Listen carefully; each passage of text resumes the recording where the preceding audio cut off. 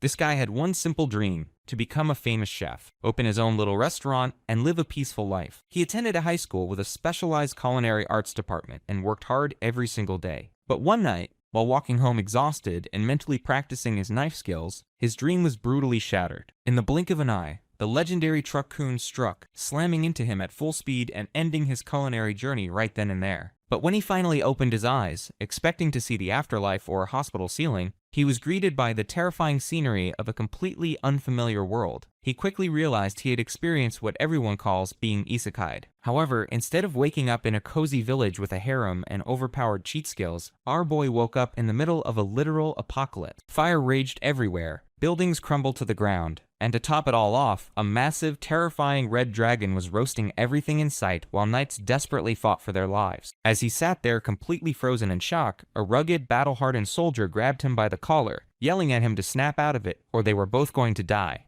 Our guy quickly learned that this new world was crawling with monsters and magic, and the empire he was currently standing in was locked in a brutal, bloody war against dragons. Despite the absolute chaos, he tried to adapt. Humans are adaptable creatures after all. Trying to look on the bright side, he reasoned that he had at least survived the truck crash and gotten a second chance at life. He started convincing himself that things couldn't be that bad. After all, in this fantasy world, he wouldn't have to worry about grueling college entrance exams, and best of all, he definitely wouldn't have to go through mandatory military service. Or so he thought. Just as the word military crossed his mind and he started wondering what his special cheat ability might be, an Imperial commander rode up on horseback, screaming for everyone's attention. He announced an emergency edict from the Emperor. The Lufan Empire was on the brink of total destruction. Knights were dying, mercenaries were fleeing, and there was absolutely nowhere left to hide from the dragons. With the military severely undermanned, a desperate new system was implemented on the spot. By imperial decree, every single person in the area, regardless of status, was immediately drafted into the Templar Knights to fight on the front lines. Our boy's face dropped in pure, unadulterated horror. His peaceful second life as a chef was over before it had even begun. He was now a frontline conscript in a war against giant, fire-breathing lizards. Just like that, he was officially enlisted. No takebacks, no exceptions. Dragged screaming into the barracks, he was thrown straight into the meat grinder as a recruit. The commander mentioned that if he showed high magic potential, he might eventually get assigned to the Magic Corps. But for now, life on the front lines was absolute hell. But the absolute worst part?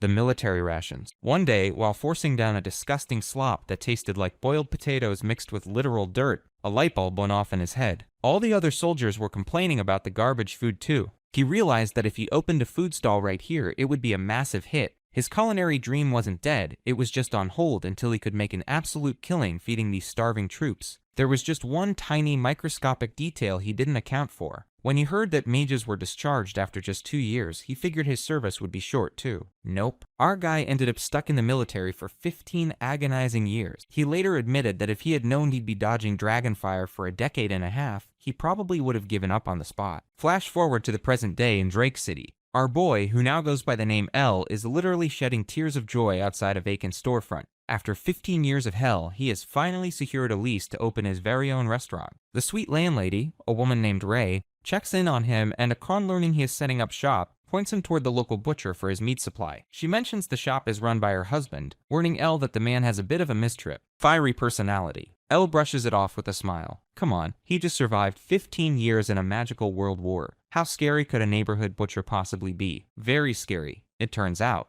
The butcher, Noel, is a massive, heavily scarred brute who looks like he eats monsters for breakfast. The second, Elle meekly introduces himself as a restaurant owner looking to buy meat. Noel absolutely loses his mind. He slams his massive fist down, screaming that he won't sell him a single scrap. Apparently, the last restaurant owner, who happened to be a former mercenary buddy of his, completely screwed him over by buying cheap meat and selling it at a massive markup right before it rotted. Now, Chloe is convinced Elle is just another scammer trying to pull a fast one on him. Just as Elle is sweating bullets and contemplating running all the way back to the military, Ray bursts into the shop and absolutely domes her massive husband with a frying pan. She furiously scolds him for taking his past trauma out of a new customer and demands he hand over the goods. But Noel isn't going to make it that easy. He aggressively slams a bag of meat onto the counter, but when Elle checks inside, his heart drops. It isn't the premium Bellerin meat he asked for at all. Noel laughs in his face, telling him there is no way he's handing over his precious high-quality Bellerin meat to an unproven chef. Instead, the giant butcher throws down the ultimate gauntlet. Elle has to make a proper, mouth-watering dish using this inferior, low-grade meat. If he fails to satisfy Null's taste buds, he won't be allowed to buy even a single ounce of fat in this town ever again.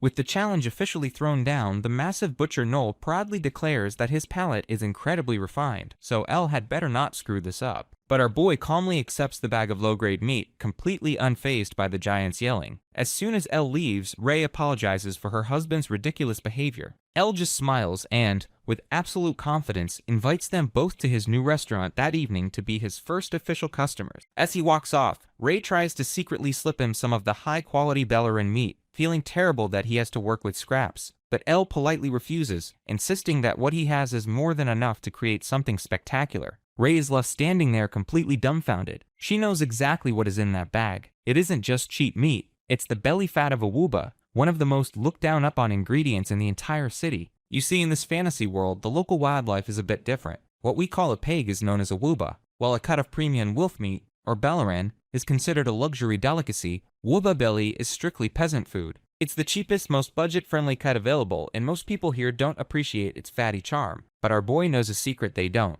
He knows the best way to unlock the incredible flavor of top-tier pork belly isn't with some fancy sauce or complicated recipe. It's simply by grilling it to absolute perfection. And he has a very special tool for the job, a literal fireball he can summon in the palm of his hand. Meanwhile, on their walk home, Ray calls her husband out on his little scheme. She knows he wasn't actually trying to test Elle's cooking skills, he was testing his character and sense of responsibility to see if he was the type of person who would cut corners. Noel stubbornly denies it, but his wife sees right through his tough guy act. The story then flashes back 11 years to the brutal front lines of the war, revealing exactly why Noel is so guarded. Hordes of grotesque monsters are tearing through the ranks of the knights, slaughtering them left and right. One of Noel's comrades gets his leg pinned under heavy rubble, screaming in pure terror as a hulking beast raises its club to finish him off. Just as the soldier is about to become monster food, a familiar voice cuts through the chaos. "I'm right here!" It's a younger Elle, but he isn't wearing an apron. He's a full-blown war hero. He unleashes a devastating magic attack called Thermal Blade, a swirling vortex of frost that instantly freezes and shatters every monster in the area. The soldier he just saved looks up with tears of gratitude, calling him by his real name, Sir Ellison. It turns out our humble little chef wasn't just some random conscript, he was a ridiculously overpowered magic knight and a legendary war hero. Back in the present, we see exactly how this legendary veteran puts his battle-honed magic to use in his new life. Every magic has its purpose, and Sir Ellison, now just LV Humble Chef, has found the ultimate culinary application for his signature ice spell. He summons a tiny, hyper-controlled version of his thermal blade, not to freeze armies of monsters, but to score impossibly perfect cuts into the Luba belly. These magic-infused scores allow the marinade to penetrate deep into the meat while helping the moisture evaporate during cooking, guaranteeing an unbelievably crispy texture. Just as he finishes his prep, his 2 VIP guests arrive. Noel is still looking highly skeptical, grumbling that the only thing the tavern has going for it is that it's clean. Elle just smiles and gets to work, masterfully searing the pork belly skin side down on a lightly oiled griddle. The kitchen immediately fills with the mouth-watering crackling sound of sizzling pork. After grilling it to a perfect golden brown and slicing it into bite-sized pieces, he whips up a fresh, zesty salad to balance the rich, fatty meat. He proudly serves the final dish to his guests. Ray's eyes go wide at the presentation. She takes her first bite and is instantly transported to culinary heaven. She can't believe this crispy, juicy, unbelievably flavorful meat is the same cheap wooba belly everyone sneers at.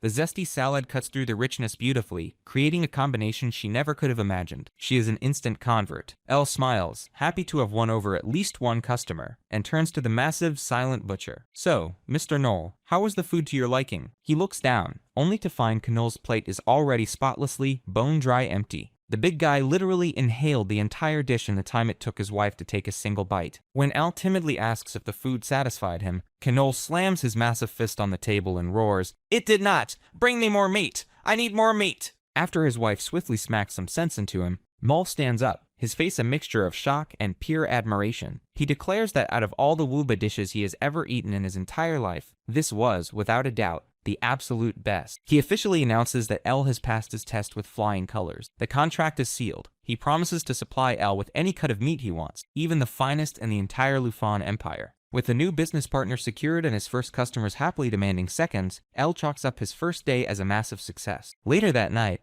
as our boy is sound asleep, blissfully unaware of the new chapter his life is about to take. A mysterious, beautiful woman with long, dark hair suddenly sits up in the bed right next to him. She sniffs the air, a curious look on her face, and whispers, "I smell something delicious." Fast forward a week, and Elle's restaurant is an absolute smash hit. Business is booming, and the locals can't get enough of his amazing cooking. But as he's cleaning up one night, our boy runs into a serious problem. He's completely out of essential spices, like pepper. In this fantasy world, spices are ridiculously rare, expensive, and the quality is total garbage compared to what he's used to. Luckily, our legendary war hero has a secret weapon that's even more broken than his ice magic. He heads to the back room, whips out a gold coin, and slaps it onto a massive, glowing magic circle on the floor. In a flash of brilliant blue light, a huge pile of modern, real-world seasonings and condiments materializes right on his counter. That's right, this dude is so overpowered he can literally summon groceries from his original world. But this ultimate cheat skill has some serious drawbacks. First, the amount he can summon is strictly limited by the value of the gold coin he sacrifices. Second, for some bizarre reason, everything arrives frozen solid. And the biggest problem? The spell is so mentally and physically draining that even a top-tier archmage like him can barely handle it. The last time he used it, the exhaustion nearly killed him, and when he woke up, well, that's how he met his new roommate. The scene flashes back to Elle waking up after a summoning session to find a mysterious, dark-haired woman passed out in his bed. It turns out she had chugged an entire bottle of primordial mana water he had summoned, a substance so potent it could make a regular person explode. He frantically shakes her awake. As she complains about her body feeling weird, she suddenly sprouts a pair of massive black wings and horns, proudly declaring herself the Black Dragon Lord, Fania. After the initial shock wore off, Elle realized he had the literal lord of all dragons living in his house. In reality, he had found her wounded on a battlefield after she was defeated during the war. Unable to leave her to die, he took her in. Now, she's basically a freeloader with an appetite that could bankrupt a small country, happily devouring hamburger steaks while he does all the work. Back in the present, just as Elle is reflecting on his very strange house guest, Noel walks in. The butcher takes one look at the Dragon Lord, stuffing her face, and gives Elle a knowing, deeply sympathetic smirk, basically saying, "Looks like you've got your hands full feeding that one." After a long day of serving the masses, Elle cracks open a cold one for himself, a bottle of beer he luckily summoned in his last grocery run, but is not drinking alone. His new bestie Noel is still there, and Elle decides to whip up another modern world masterpiece, crispy fried chicken paired with a mysterious clear liquor he calls distilled soju. Noel is immediately suspicious, asking why he's being served plain water. But one sip of the clean, crisp soju, followed by a bite of the juicy, savory chicken, and the giant butcher is absolutely hooked. He declares the combo is even better than the pork belly, and before you know it, the two of them are pounding back bottle after bottle. As the soju flows, the tough-as-nails butcher completely breaks down, launching into a drunken, tear-filled confession. He grabs Elle by the collar and sobs that his wife, Ray, is cheating on him. Elle is completely floored as Mole explains that once a month his beautiful wife gets all dressed up and disappears for the entire day. The big guy, feeling insecure about his age and rugged looks, is being eaten alive by jealousy. He admits he even followed her once and saw her meeting a strange man who gave her a flower. Today was that day, and the giant is an emotional wreck. He drunkenly confesses that even though he loves his wife more than anything, his jealousy makes him pick stupid fights with her, and he has no idea what to do. Just as he's about to pass out from a mixture of booze and self-pity, Elle decides it's time to play the ultimate wingman. He kicks the freeloading Dragon Lord out of the restaurant, telling her it's time to get to work. The next scene shows Noel sitting at a fancy outdoor restaurant looking like a completely different person. Elle has given him a full makeover, decking him out in a sharp, tailored suit. Just as Noel is admiring his new look, a man approaches their table, and the mind-blowing truth is finally revealed. We see a picture of Rai with a beautiful but very sick young girl, her daughter from a previous relationship. The man wasn't a secret lover, he was a messenger delivering letters and updates on the girl's condition. Rai wasn't cheating, she was spending one day a month visiting her ailing child. The full weight of his mistake comes crashing down on Noel as he realizes he's been tormenting his loving, devoted wife with his baseless, idiotic jealousy, while she was secretly dealing with a heartbreaking family tragedy all on her own. We meet a suave, silver-haired gentleman named Arbert, who seems to be the center of attention. Meanwhile, our boy Elle also crashes the party, looking for someone he was supposed to meet. And wouldn't you know it, he ends up right at Arbert's table, leading to a very confused introduction. But just as we're trying to figure out what's going on, we flash back to Noel, who wakes up from his drunken stupor with a slitting headache. He stumbles out of bed, calling his wife's name, only to see her standing by the window with, you guessed it, Arbert, the silver-haired stud from the party. Seeing his wife with another man first thing in the morning, Noel's jealous rage instantly goes from 0 to 100. He clenches his fist, lets out a primal scream, and launches himself at Arbert, ready to defend his wife's honor. but his punch stops dead in its tracks, blocked by an invisible wall of pure, shimmering magic. Arbert, without even flinching, reveals that he is a powerful mage, and more importantly, he is Ray's father. The whole thing was a massive misunderstanding orchestrated by a very overprotective dad. After everyone calms down, they all gather back at Elle's restaurant for the most awkward family dinner in history. Elle, being the ultimate host, whips up an incredible feast to smooth things over. Arbert comes clean and admits the whole cheating drama was a test. Remember that broke old commoner who got scammed by the previous restaurant owner? That was actually Arbert in disguise. He was testing Noel to see if he was a good man, worthy of his daughter. Noel is understandably pissed, asking if Arbert would have just let him suffer if he hadn't figured out the truth. But before things can get heated again, Arbert asks the million-dollar question. Noel has been talking about retiring from the mercenary life for a while now, so how exactly does he plan on providing for Ray and her daughter? The tension in the room becomes so thick you could cut it with a knife, but just in the nick of time, our boy Elle swoops in with a platter of delicious food, masterfully diffusing the situation and proving once again that a good meal can solve almost any problem. The dish Elle serves is a modern-world hot pot, and the two old soldiers immediately start bickering like children over the proper way to boil vegetables. Elle explains the concept. You take the paper-thin slices of premium Bellerin meat, swish them around in the bubbling broth for just a second, dip them in a delicious sauce, and eat them with the crisp, fresh vegetables. The second the food hits their mouths, the bickering stops. Their eyes go wide with pure, unadulterated bliss. But for Arbert, the taste is more than just delicious. It triggers a powerful memory. He looks at Noel and whispers, "You remember the Gold Lions?" The story rips into a brutal flashback, revealing that not only did Arbert and Noel serve together, but Arbert was the legendary commander of the Gold Lions Mercenary Company,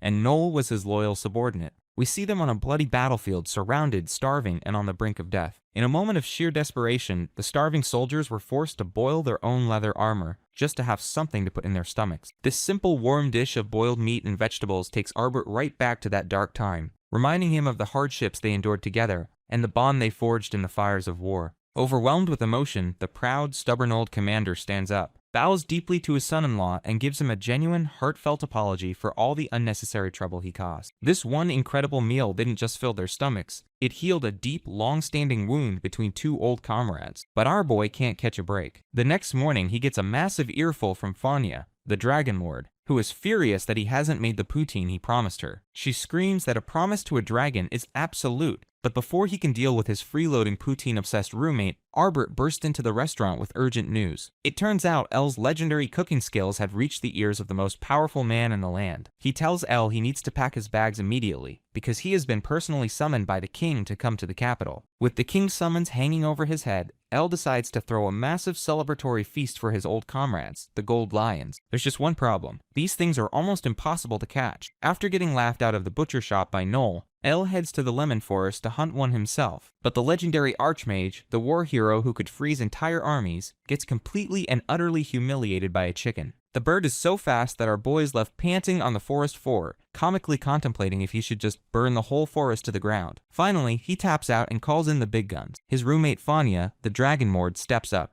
But she doesn't chase it, she doesn't use magic. She just transforms into her half-dragon form and lets out a terrifying dragon roar. The sheer overwhelming pressure of her aura instantly paralyzes the monster chicken with fear, allowing Elle to just walk up and grab it. Talk about an overpowered cheat skill. Back at the restaurant, Fania is celebrating their hard work by chugging a can of beer, while Elle deadpans that all she did was glare at it. He gets to work preparing the palinsu, marinating the precious meat in beer to create a dish that he knows will pair perfectly with it. That evening, the Gold Lions arrive, and they are one tough-looking crowd. The grizzled old mercenaries look around the tavern with skeptical, untrusting eyes, clearly not impressed. But one young, energetic mercenary named Milatine pipes up, declaring his absolute faith in his senior who brought them here, and loudly proclaims that he knows the food is going to be amazing. The stage is set, and Elle has to prove to his old comrades that his new weapon of choice is a frying pan, not a magic staff. As the Gold Lions wait, the grizzled old mercenaries give the young, energetic Miltine a hard time, joking that he's such a fanboy he'd probably call grass delicious if his senior told him to. But just as things get rowdy, our boy Elle comes out with the main event, and the entire tavern goes silent. He places a massive, steaming platter of perfectly golden brown fried chicken in the center of the table. The mercenaries are stunned. They can't believe their eyes. Elle proudly announces the dish, deep-fried palinsu. The entire room absolutely erupts. Palinsu, the legendary creature that even professional hunters can't catch, Elle just casually tells them to dig in before it gets cooled. The second those hardened, battle-scarred mercenaries take their first bite, it's all over. Their skeptical glares melt away into pure, unadulterated ecstasy. They completely lose their minds, screaming about how unbelievably delicious it is. The once tough soldiers are reduced to a pack of wild animals, grabbing and devouring the chicken as if it's the last meal they'll ever eat. But the kitchen is an absolute war zone. El is completely swamped, trying to keep up with the demand, and desperately asks his Dragon Lord roommate for help. Fanya is initially outraged at the very idea of a legendary dragon serving mere humans, but then a distant memory flashes in her eyes, a promise they made to each other in the darkness of the war, a dream of opening a restaurant together when it was all over. Her hardened expression softens, and she instantly changes her tune, declaring that serving could be a novel amusement for a dragon. With the world's most overpowered waitress now on the job, the feast kicks into high gear, with the gold lions cheering, drinking, and celebrating like there's no tomorrow. Hours later, the party is over. The restaurant is quiet, and Fanya is passed out on a table, completely wiped out from her amusing new job. El gently wakes her up and offers her the last piece of chicken he saved just for her.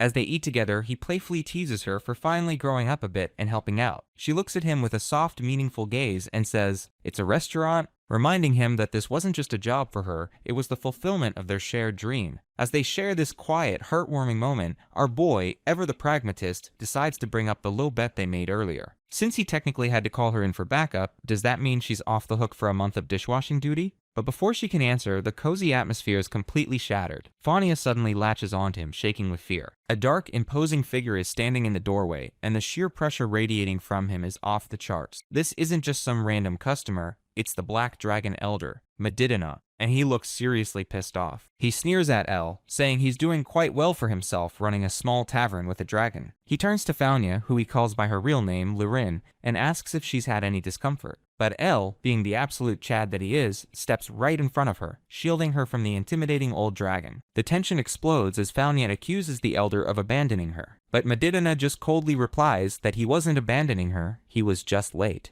He then drops the ultimate ultimatum. He's not here for a friendly chat. He's here to enforce an ancient, unbreakable law of the Dragon Clan. According to their sacred rules, any dragon who reaches 800 years old without a lair of their own must be exiled from the sacred lands. Fanya had been using her mother's lair, but it was completely destroyed during the war. Next year, she turns 800, and Medidana declares that she must leave. This isn't a request, it's a rule that cannot be broken. To defy it would mean declaring war on the entire Black Dragon clan. But as the elder stands there looking all high and mighty, our boy El, without even a hint of fear in his eyes, looks him dead in the face and says, "Let's do it." What's the big deal? The legendary war hero, the man who single-handedly turned the tide of the Great War, just casually challenged the entire dragon race to a fight over his freeloader roommate. The Black Dragon Elder is left completely, utterly speechless. The Black Dragon Elder is absolutely furious, his demonic aura flaring as he prepares to obliterate the insolent human who just declared war on his entire race. But our boy just looks at him, completely confused, and says, "Eh?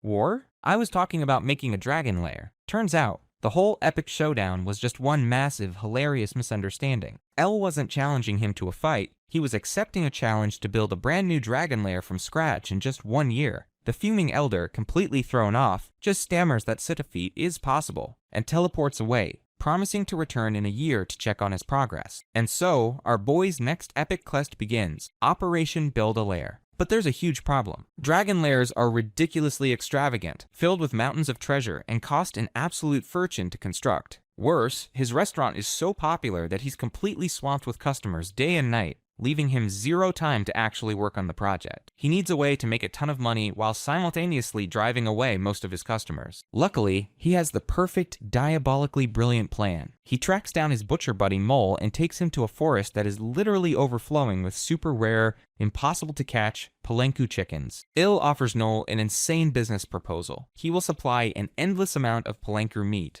and they'll sell it exclusively at his restaurant. The ridiculously high price tag will scare off all the regular customers, leaving only the super rich nobles who are willing to pay anything for a taste of the legendary bird. Mole is stunned by the offer, wondering how in the world El plans to catch so many of the fast migratory creatures. That's when our boy finally reveals the true, terrifying extent of his power. He channels his magic and casts a single, massive spell, creating a colossal ice barrier that encases the entire forest, trapping the whole Palenku population inside. Noel is left completely speechless, his jaw on the floor as he realizes the humble restaurant owner he's been bantering with is a mage on a level he can't even comprehend. The plan works a little too well. The next day, the restaurant is completely, utterly empty. Not a single guest. While Fanya is just happy they can finally start building the lair, she gets upset when Elle says he isn't planning on leading the restaurant. But our boy just smiles, tells her to follow him, and leads her to the beautiful, sprawling green hill right below his shop. He reveals that since the restaurant sits on the outskirts of the land he bought, this entire picturesque hillside belongs to him. This isn't just a random spot, it's the perfect, convenient, and breathtakingly beautiful location for their new home. With the location settled, Fanya eagerly gets to work, literally digging into the hillside with her bare hands. Our boy, meanwhile, gets to enjoy something he hasn't had in weeks, a completely empty, blessedly quiet restaurant. But just as he's starting to relax, a new customer walks in, a young, impeccably dressed blonde kid who looks like he's straight out of a fairy tale. The boy heard rumors that this was the place to get the legendary Polinsku, but Elle has to break the bad news. They're not selling it anymore. The kid looks so utterly crushed that Elle takes pity on him and offers to whip up something else, a special dish he usually only makes for his dragon roommate. He heads to the kitchen and crafts the ultimate gourmet hamburger, using a premium sirloin patty, a rich demi-glace sauce, and topping it all off with a fried Polensu egg. It's a masterpiece even a dragon would kill for. But just as the young master is about to take his first glorious bite, his frantic butler bursts into the restaurant, screaming his head off. He scolds the boy for eating in a peasant's hovel, and literally drags him away before he can even taste the food. We learn that this kid is none other than Diren Grake, the heir to the entire city. The young lord, deeply embarrassed by his butler's rudeness, leaves a gold coin on the table as payment for the meal he never got to eat. Later that night, Fanya comes back from a hard day of digging, complaining that her hands hurt and she needs to teleport somewhere important the next day. But our boy has other plans. He holds up the gold coin and says, "We received the money, so we have to do the job." The next thing you know, Elle and Fanya teleport in a brilliant flash of blue light right into the middle of the young lord's lavish bedroom.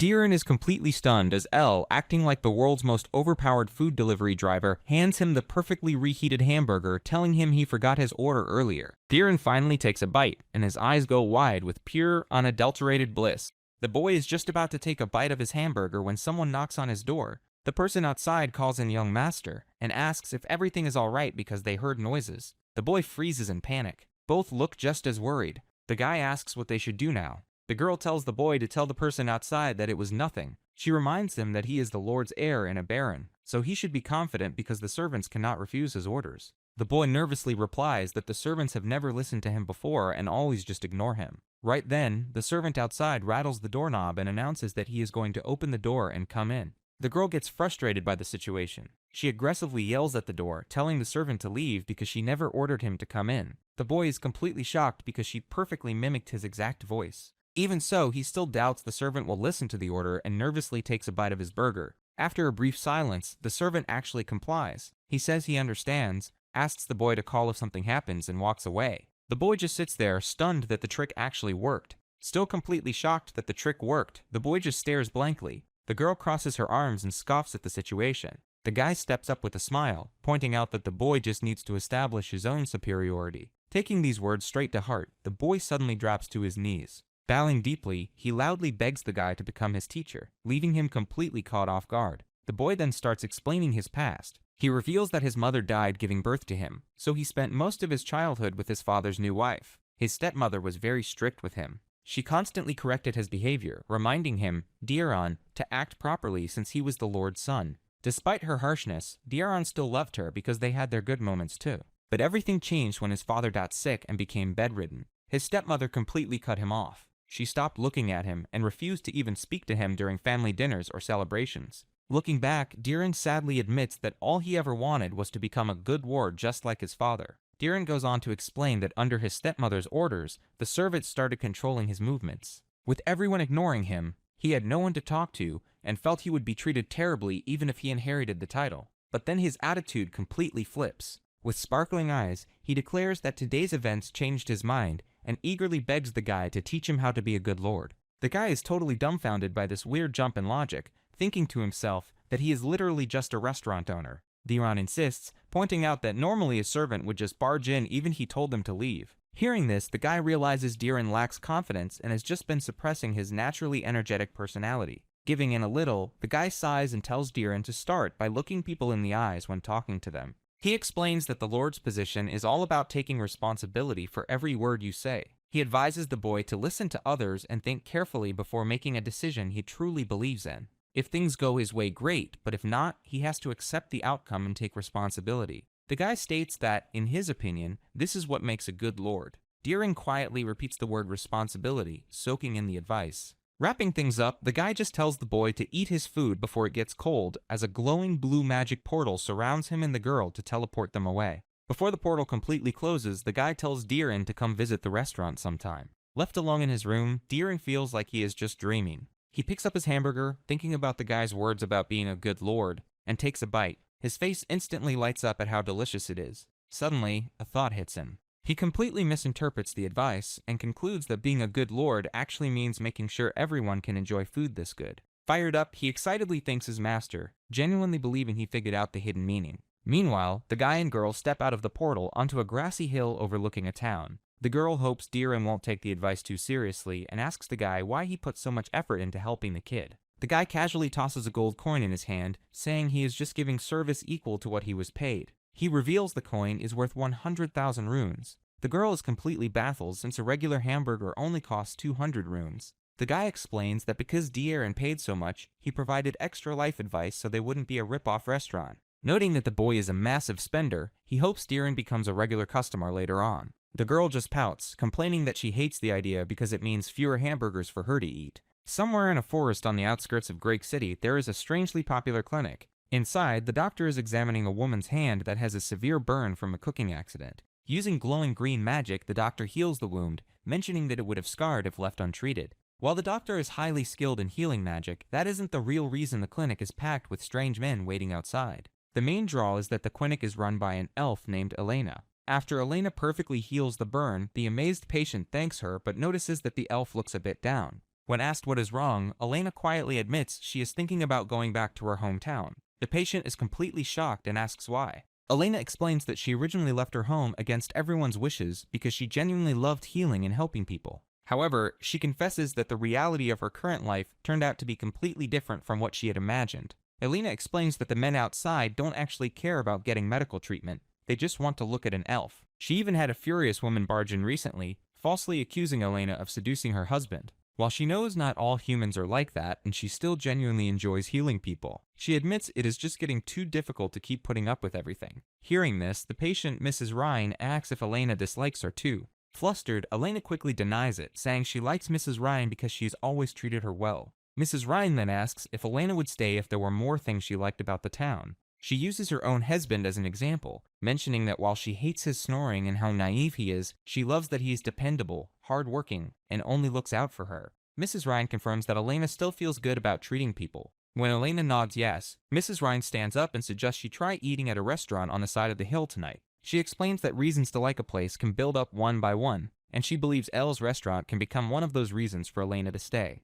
Meanwhile, Elle is busy digging inside a cave with a shovel when a voice calls out to him. He turns around to see Mr. Knoll, who asks what he is doing because he was just on his way to the restaurant. Elle says he was about to head back too and asks about the man standing with him. Knoll introduces the younger guy as his nephew, Nellen. He explains that Nellen has something to discuss, so they wanted to talk it over while eating some wooba meat. Knoll then asks if the restaurant is empty right now. Elle replies that Rurin should be there and asks what the matter is. Knoll reveals that his wife, Rain, recommended the restaurant to the elf doctor, and she should be arriving right about now. Hearing this, Elle immediately decides they need to hurry back. As they walk back to town, Elle points out how unique it is to see an elf since they usually never leave their home forest, guessing her clinic must be incredibly popular. Knoll scoffs, complaining that all the neighborhood guys rush there over tiny things like a thorn prick just to see her. Elle thinks to himself that this behavior is completely pathetic, and it perfectly explains why elves hate humans. Even so, he speaks up and tells Knoll not to be prejudiced since not all elves are the same.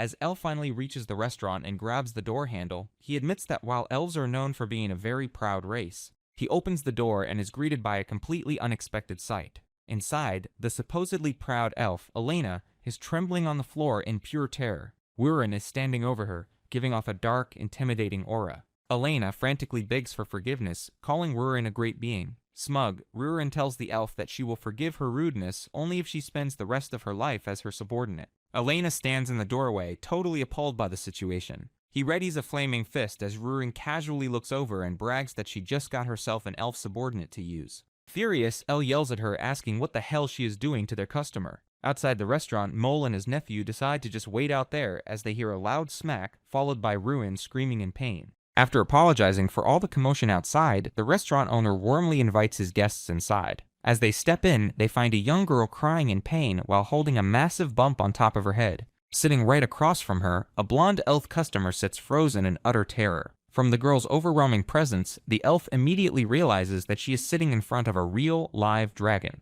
In this world, it's common knowledge that dragons are walking through natural disasters capable of destroying entire cities in seconds. The elf grew up hearing terrifying legends about dragons being the ultimate apex predators of all living beings. Yet right before her eyes, the restaurant owner casually treats this terrifying dragon like a misbehaving child, scolding her for ruining things while he was gone and telling her to go dig outside. Unbelievably, the dragon just cries and obeys his command without putting up a fight. Stunned by what she just witnessed, the elf snaps back to reality when the owner walks over to her table. He politely apologizes on the dragon's behalf for any trouble she caused while he was away. Overwhelmed with confusion, the elf nervously asks if he is really just a human. The owner casually confirms that he is indeed a normal human, though he inwardly notes that the dragon made no effort at all to hide her terrifying aura from the guests. Whispering softly, the owner asks her to keep the girl's true identity a secret from others, admitting that living with the dragon is a long, complicated story. Terrified for her life, the elf quickly promises to keep quiet, insisting she has no desire to interfere with the dragon or die anytime soon.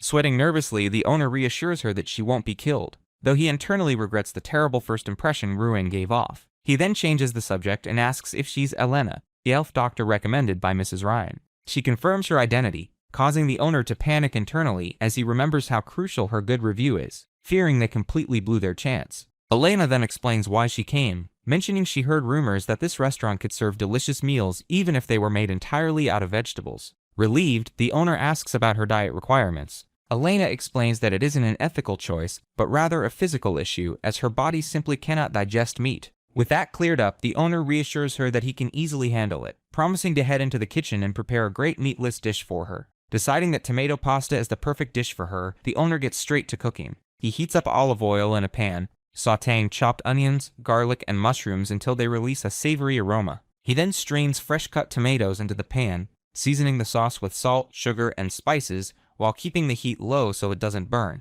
While the sauce simmers, he boils the pasta for 8 minutes, reserving a bit of pasta water to mix into the dish and get the sauce consistency just right. Once the tomato pasta is ready, he serves it to Elena, reminding her to use a fork and assuring her once again that there is no meat in it. Admiring its bright color, Elena eagerly takes her first bite. Meanwhile, the owner brings out the wooba belly for Mr. Knoll, who jokes that he almost fell asleep waiting. As he sets down plates for Knoll and his friend Nellen, Knoll eagerly tells Nellen to dig in, but the owner notices Nellen looks gloomy and unsure, making him wonder if the man simply dislikes the food. Curiosity getting the better of him, the owner turns back around to see how Elena is enjoying her meal. As soon as Elena tastes the pasta, her eyes widen in sheer amazement. Having only eaten raw vegetables her whole life, she devours the dish in seconds, declaring it the most delicious thing she has ever eaten. Realizing how aggressively she just ate in front of him, she blushes in embarrassment and tries to apologize, but the owner warmly hands her a handkerchief and reassures her that he's just glad she enjoyed it. He asks if she rarely visits restaurants, and Elena admits that she usually avoids crowded places because she attracts too much attention. She explains that most places rarely offer vegetarian dishes, and the ones that do usually taste no different from raw vegetables anyway, which made her think cooking vegetables was pointless. The owner understands her frustration, knowing that spices are rare in this world, so most cooks don't bother using them properly. However, Elena brightly declares that this meal changed her mind completely, and that she needs to thank Mrs. Ryan for recommending this place. Relieved, the owner checks her review status and sees that her rating jumped straight to 5 stars, with her noting that the food was so good she forgave their bad first impression. But just as he catches his breath, a loud shout suddenly echoes through the restaurant.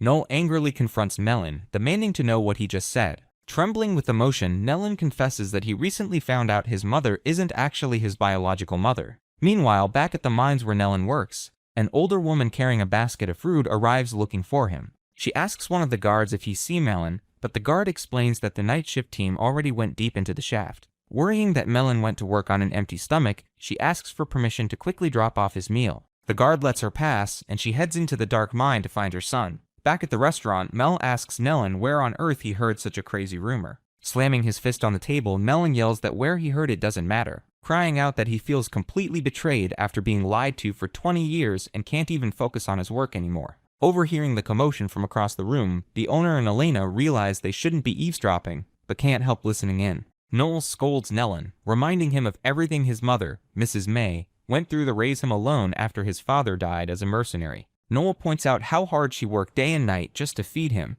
emphasizing that it's incredible how much love she gave him, even though he wasn't her biological child. Nellen tears up, admitting he knows he's at fault, but confesses that in his anger this morning, he snapped at her when she tried to hand him his lunch, calling her woman and coldly refusing to take it. Enraged by this disrespect, Nellen grabs Nellen by the collar, yelling that there are some lines you should never cross. Just as the owner steps forward to break up the fight, the restaurant door bursts open. A panicked woman named Rurin runs in, shouting that a massive disaster just occurred at the mine. She frantically reveals that the shaft collapsed with Melon's mother inside, leaving her trapped under the rubble, which leaves Nellen completely frozen in shock. Rain explains that Mrs. May had gone inside the shaft specifically to look for Nellen right before the cave-in happened. Realizing his mother was trapped because she was searching for him, a horrified Melon bolts out of the restaurant and sprints toward the mine. As Noel and Ryan prepare to chase after him, Elena offers to go with them, pointing out that a collapse means there will inevitably be injured workers who need medical treatment.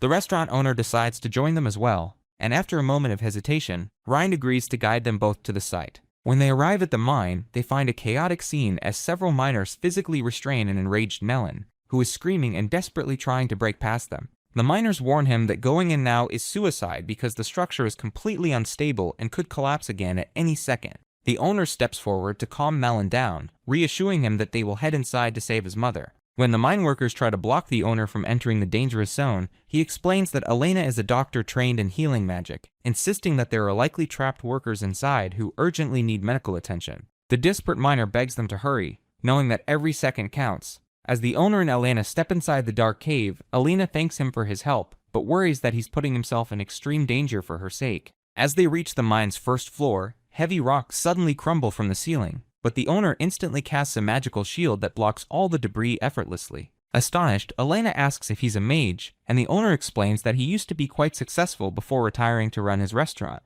As they walk further into the dark tunnels, the owner asks Elena why she risked her life to come here, noting that despite facing rudeness from humans at her clinic, she still rushed to save them. Before she can answer, the path splits into two separate directions. Knowing they don't have time to search both tunnels manually, the owner summons glowing light spirits to scout ahead. Elena is shocked to see him command spirits, and he explains that the spirits will locate any survivors for them. Within moments, the spirits point down one of the paths, guiding them straight to an injured miner trapped under the rubble. Thinking he's hallucinating from exhaustion, the trapped miner is stunned when Elena and the owner suddenly appear. Elena checks his injured leg and reassures him that it isn't serious, quickly applying her healing magic to treat him.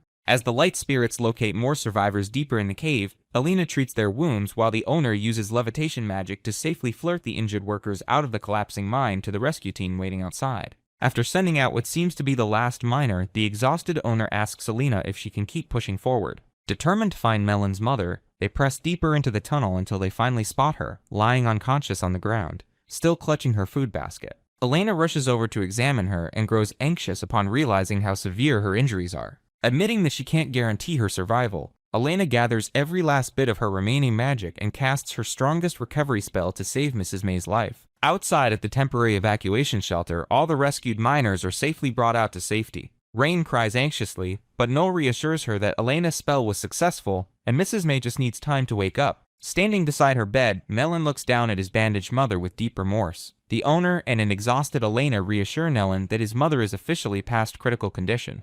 Elena explains that although Mrs. May took a heavy blow to the head, the healing spell worked, and she will make a full recovery once her bandages come off. As Nellen kneels down and opens the food basket she brought for him, he finds the bread and baked potatoes covered in cave dust. Seeing the crushed lunch triggers a wave of overwhelming regret as he remembers how harshly he rejected her kindness earlier that morning. As he trembles with intense guilt, Mrs. May's fingers slowly begin to twitch, showing signs that she is starting to regain consciousness. Opening her eyes under the bandages, Mrs. May weakly calls out Nellen's name. Hearing her voice, Nellen bursts into tears, calling her mom again. As he holds her tightly, he reassures her that he isn't hurt, crying about how terrified he was that his cruel words from that morning would be his last words to her. Despite her pain, Mrs. May smiles tearfully, happy to hear him call her mom again, and relieved that he was safe outside the mine when it caved in. Watching the emotional reunion, Elena opens up to the owner, confessing that she originally planned to shut down her clinic and abandon human society after dealing with so much mistreatment. However, Rain had encouraged her to find more things to enjoy in the city. Elena reflects on how humans live short lives filled with raw, intense emotions, making them easily hurt, but also incredibly honest and caring. She smiles gently, realizing she cherishes these genuine human connections too much to leave, not to mention discovering how amazing the food here is. But as she finishes her thought, the severe mana exhaustion from casting her powerful healing spell finally catches up to her, causing her eyes to flutter shut as she begins to collapse. Before she hits the ground, the owner catches her in his arms. Blushing furiously, Elena stammers out an apology, but the owner notices she completely drained her mana pool. Telling her to hold still, he casts the spell to transfer mana directly into her body. Surprised, Elena recognizes it as an ancient elf mana transfer spell. The owner casually mentions that his elf friend named Baden taught it to them. Elena's eyes widen in shock, asking if he means Baden, the legendary hero of the elves. The owner simply smiles, reminding her that he already told her he used to be a famous mage in his glory days. Meanwhile, on the hill right below the restaurant, Rurin is furiously digging in the dirt, covered in mud. She grumbles to herself about how unfair the owner is for leaving her behind and forcing her to dig just because she can't use magic in front of humans. She complains that she was only trying to get a subordinate to help out around the shop. But mid-tantrum, a high-pressure jet of water suddenly blasts out from the ground, soaking her from head to toe and leaving her completely confused as to what she just struck. The owner returns to the hill below the restaurant and finds Rurin completely drenched. He asks if water suddenly shot out of the ground while she was digging, and she proudly confirms it. Facepalming, the owner tries to stay patient, reminding himself that she isn't making a mess just to annoy him. He figures her digging hit an underground water source, but since the hole is so deep, they can't even see the bottom from where they are standing. He tells Rurin they need to go with the plan they discussed before and cover themselves with a shield. Rurin sets up her protective barrier as the owner summons a massive magic circle. She warns him to control his power so he doesn't accidentally blow the entire hill away. Assuring her he has it under control, the owner unleashes an 8th class magic spell called Inferno. A huge blast of intense green flames shoots straight down into the hole. The extreme heat instantly boils and evaporates all the floodwater, while Rurin stands perfectly safe inside her magical shield, completely unbothered by the massive blast. Satisfied that the blast made a big enough hole, the owner watches as the smoke clears. Suddenly, water begins bubbling up from the cracked earth and shoots high into the air. The owner realizes that his Inferno spell hit the underground water source, and the intense heat is now pushing it upward, effectively creating a natural hot spring. Seeing the water, a dirt-covered Rurin excitedly tells him to do it again so she can wash up. Without thinking, she runs straight into the geyser. She instantly regrets it, screaming in shock and pain as the scalding hot water and steam blast her. A little later, Rurin sits wrapped in a towel, pouting next to a fire as the owner scolds her for recklessly running into things without thinking. She complains that she had no idea it was going to be hot, and the owner sighs, admitting he probably should have warned her first. As they talk, he continues using his magic to form a new glowing shield around the gushing geyser. Confused, Rurin asks what he's doing with the barrier. The owner explains that he needs to create a safe contained space so he can properly collect all the clean water. The owner presses his magical shield down into the geyser. He explains that by pushing the dirt down, it creates a natural basin for the clean water to collect. Once the dirt settles, he removes the top half of the shield, leaving a perfect makeshift pool. Excited, Rurin doesn't hesitate and leaps right in. She instantly regrets it, thrashing around and screaming that she's going to be cooked alive because the water is still boiling hot. The owner steps into the water and uses his magic to cool it down to a comfortable temperature. Rowan tests it out and finally relaxes as they both settle in to soak. While bathing, Rurin asks where he disappeared to earlier. He explains that a mine collapsed, so he went to rescue the trapped workers. Catching on, Rurin immediately gets jealous and asks if he went with the female elf. The owner defends himself, reminding her that he isn't good at healing magic, so the elf's help was necessary. Rurin isn't happy about it. Frustrated, she complains that she was stuck digging holes in the dirt while he was out with someone else.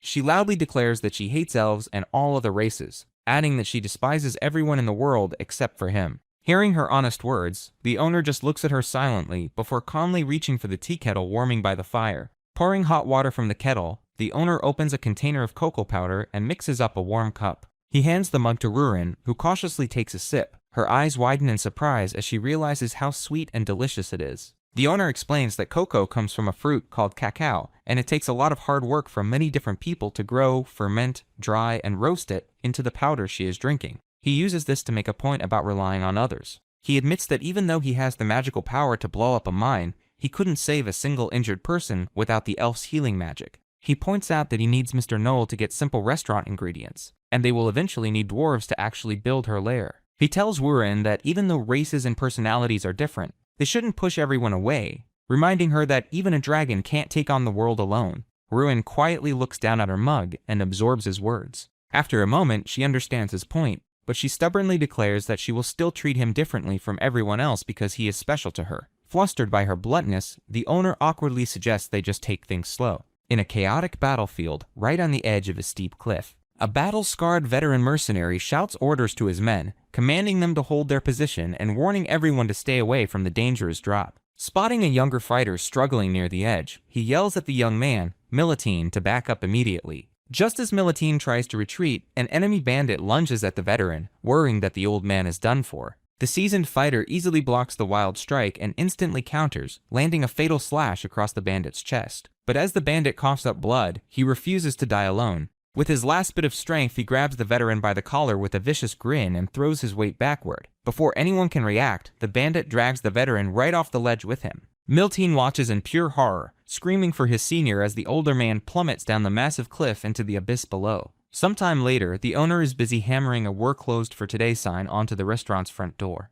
Rurin stands beside him looking confused and asks why he is shutting the store down for the day. He explains that when they were drinking cocoa at the hot spring the other night, they didn't have any milk to mix with it. He usually uses his milk supply to marinate meat for the restaurant, leaving barely anything left over for them to drink. To fix this problem, he leads Rurin to a large grassy field right behind the building. He excitedly announces his new plan to build a ranch so they can have a constant, endless supply of milk. Rurin deadpans, pointing out that the field is completely empty. Unfazed, the owner cheerfully agrees, stating that they just have to build everything from scratch. He tells her that their first target is a creature called a Baroneric, a massive, muscular beast that can be found roaming downstream of the Verant River. To get there quickly, the owner asks Rurin to teleport them down the river. Rurin hesitates, explaining she can't teleport to a place she's never visited before. Unbothered, the owner just gives her the general direction and distance, telling her to rely on her feelings. Rurin activates her magic, and they instantly teleport. They arrive at the right location, easily spotting a herd of Baronerics by the river below. The only problem is that Rurin's coordinates place them high up in the sky, and they immediately start free-falling. As they plummet, a terrified Rurin screams for him to do something. The owner asks how a dragon can be scared of the sky and tells her to just use her wings. Rurin stubbornly refuses, clinging to him tightly and yelling that she would rather die falling than undo her human form. Sighing, the owner casts a levitation spell to catch them mid-air. As they safely float down toward the ground, he asks why she hates her dragon form so much. Rurin just avoids his gaze and quietly tells him that he doesn't need to know. After touching down safely, the owner points out the massive body of water in front of them. Rurin quickly plays it off, proudly declaring she knew it was the ocean all along. The owner suggests they catch their targets first and then play in the water. Looking at the herd of Baronerics, he proposes a contest to catch 10 of them, adding that the slower person has to do the dishes. Rurin confidently accepts the challenge. Meanwhile, back at the closed restaurant, Mole and Elena sit outside looking completely defeated. Elena cries about not eating breakfast because she was waiting for her pasta. A young blonde boy sitting with them chimes in, mentioning that the owner is actually his teacher and he just came for the delicious food too. Noel grumbles, wondering where the owner ran off to. Back at the empty field behind the restaurant, a portal suddenly opens. A captured Baroneric drops onto the grass, followed by the owner and Rurin. Both of them step out soaking wet from playing in the ocean, happily agreeing that the trip was a lot of fun. Looking at the captured Baronerics, the owner is surprised by how calm they are. Rurin proudly explains that she used her dragon mind manipulation magic to keep them docile. Seeing this, the owner figures a simple wooden fence will hold them for now until they build a proper shelter. Remembering his actual job, he decides to finally open up the restaurant. When he opens the door, he finds Mole, Elena, and the blonde boy collapsed on the floor, weak from starvation. As soon as they see him, they immediately jump up and beg for food. The owner quickly cooks their meals, and Noel happily stuffs his face with meat, laughing that he finally feels alive again. The owner asks what they would have done if he hadn't come back today, and Mole bluntly says there would just be 3 graves outside from starvation. While Rurin angrily washes the dishes in the background after losing their catching contest, Noel asks where they went. The owner explains they were catching Baronerics to put in the meadow behind the restaurant so they could produce milk. Noel points out that keeping livestock is a lot of work, and asks if he plans to get more hands to help. The owner nods, mentioning that he wants to hold job interviews to hire someone reliable to watch the ranch. Hearing this, Noel just smirks and tells him he doesn't need to worry about that. Noel smirks, explaining that since elves can easily read a person's true intentions, Elena can help him find trustworthy workers. He adds that his own years as a mercenary gave him a good eye for character too, so they offer to run the job interviews themselves to repay the owner for feeding them on his day off. The very next day, a hiring notice is posted outside, drawing a huge line of applicants wanting to manage the new meadow. The owner watches from the sidelines as Noel and Elena sit at the interview table. The first applicant nervously walks in and barely says hello before Noel instantly fails him, shouting that a guy with zero energy won't be able to handle the massive Barinerics. The next candidate, a highly energetic guy named Burnt, steps up and loudly promises to do his absolute best no matter the task. Noel is immediately impressed by his attitude. However, Burnt catches a glimpse of Elena and starts blushing, secretly fantasizing about working with the pretty elf. Reading his impure intentions, a disgusted Elena immediately shouts out that he foed. Elena exposes Burnt's vulgar thoughts, and Knoll instantly kicks him out, completely ignoring his desperate protests. The next applicant is a confident veteran who boasts about his 30 years of experience, promising to build the city's best meadow. Before he can secure the job, the blonde Baron kid steps in. Pulling out a massive scroll, he starts bombarding the confused man with intense questions about Baroneric welfare. He rapidly fires off questions regarding holiday policies, punishments for crimes, production incentives, and medical insurance. Passionately clenching his fist, the young Baron declares that he views the animals as his own civilians and refuses to let anyone take the job lightly. Deciding they are all completely crazy, the veteran simply sighs and walks right out the front door. The boy yells after him for abandoning the civilians, while the owner just watches in disbelief, figuring the guy wouldn't have cared for the animals anyway. As Ruin mutters about how ridiculously hard it is to hire a subordinate, Mole yells for the next applicant to enter. A cheerful new guy steps through the door, ready to start his interview. The interviews quickly turn into a complete disaster. Noel instantly kicks out one applicant for trying to start a fight at his butcher shop a while back. Another guy gets rejected because Alina catches him staring at her weirdly, and Noel decides his gaze is too weak. The blonde Baron kid even loses his mind and fails a guy just for calling the Baronerics normal animals. At one point, Noel rejects a crying applicant simply because he feels like it. Before they know it, the entire massive line of applicants vanishes. Looking at the empty doorway, Noel laughs and wonders if the salary on the flyer was too low. Sweating, the owner silently realizes that his 3 overly strict interviewers just scared everyone away. Stepping in, the owner politely thanks them for their help, but insists that he'll handle any remaining interviews alone. Just as he says that, the front door slowly creaks open. The owner turns around and is completely surprised to see a battered young man standing there. It's Militine, the young mercenary who recently survived the horrific cliffside battle. Looking exhausted and traumatized, Militine mentions the hiring announcement and quietly asks if he can work there.